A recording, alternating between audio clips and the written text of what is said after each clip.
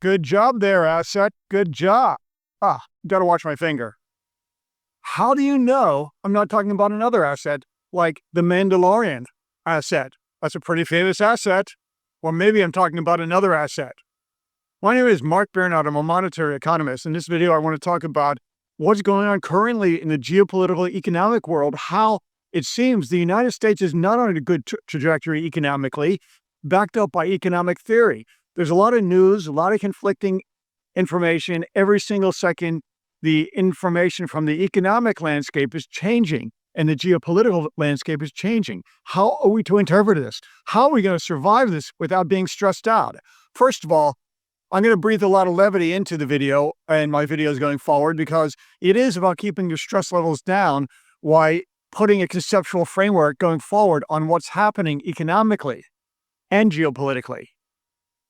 My claim is that there's almost a Russiafication of the U.S. economy. What I mean by that is traditionally U.S. economy has aligned itself with the principle 1776 Wealth of Nation Adam Smith, which the underlying premise is free trade, free movement of labor and capital. Adam Smith, his example of the pin factory, was quintessential how a country gets rich. It's through the specialization of labor. And the extension of that is the comparative advantage, where when you trade with countries, each country trades in a specialized way. I've used the comparison. Vermont's not going to grow oranges and Florida's not going to grow these crisp, hearty apples. Each country, region, area has a specialization, and that's what shifts out the PPC and the productivity curve that makes wealthy nations, and we all get rich, right?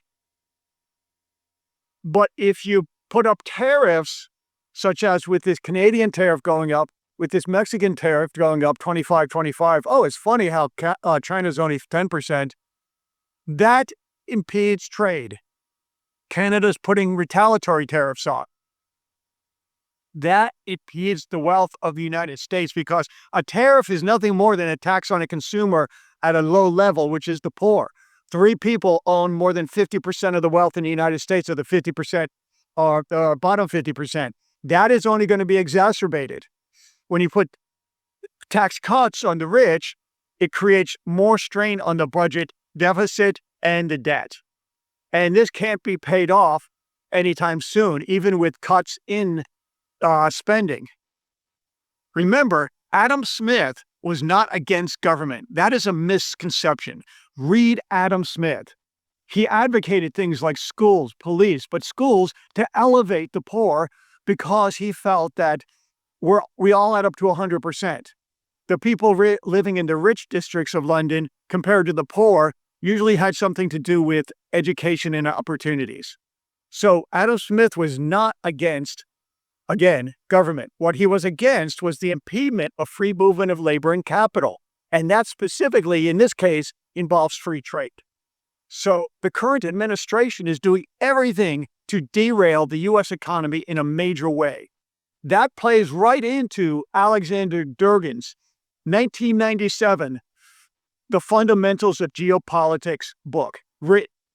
Yes, the Russian philosopher who advocated a breakup of the U.S.-NATO alliance, the dispersion and the decentralization and the breakup of European countries, create this chaos and allow Russia to expand into its objectives of Belarus, Ukraine, and the Baltics. And specifically, his prescription for Poland was to neutralize Poland, whatever neutralize means. You can read that book. So the asset is breaking up these traditional friendly alliances between democracies. Alexander Durgin, 1997, green check mark. He's derailing the U.S. economy, green check mark. He's going for the resource curse, which only benefits the rich. Okay, imagine if some guy in your town discovers gold. He's the one who's primarily going to get rich in his backyard. The resource curse is a known phenomenon. He's going for these minerals like a Spanish conquistador. Have no question, he has canceled aid. He calls it a pause to Ukraine. That was in the cards all along.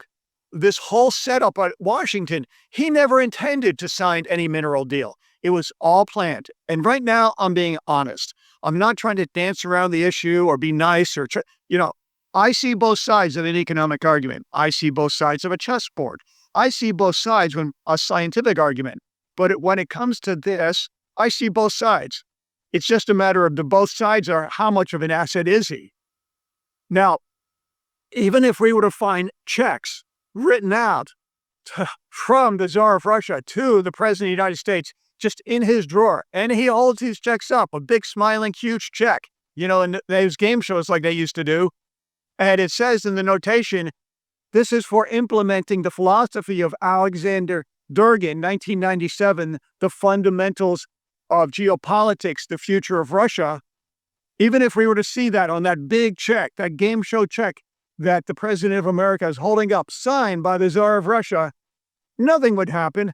His followers have such a mind virus that no matter what he does, they cheer him. But here's the good news. You can't game the system.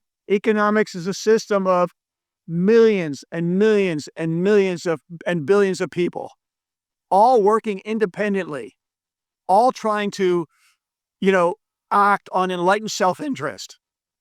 So what will probably happen, and economists are not prognosticators, I'll tell you about this finger in a second. What will probably happen is, I can't see the future. The stock market might go down. I don't know. Oil's going to be in huge volatility. We don't know because OPEC is increasing production, but these tariffs are going to be blocking things. So volatility is bad for the economy. It looks like the U.S. is just rolling the dice and putting the U.S. taxpayer money in cryptocurrency.